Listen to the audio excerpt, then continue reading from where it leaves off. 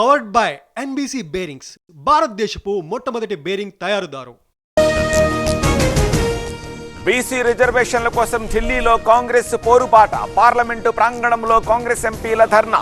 BC రిజర్వేషన్ల బిల్ని ఆమోదించాలని demand. Revanth ధర్నా చేయడం ఒక జోక్. 42% కోటాపై కాంగ్రెస్ డ్రామాలాడుతోంది. కేసీఆర్ పై కుట్ర చేస్తున్నారన్న కేటీఆర్. మంత్రి పదవి ఇప్పించే స్థాయిలో నేను లేను. రాజగోపాల్ కమెంట్లపై వెంకటరెడ్డి రియాక్షన్. పదవి హామీ ఇచ్చినట్టు తెలియదన్న మంత్రి.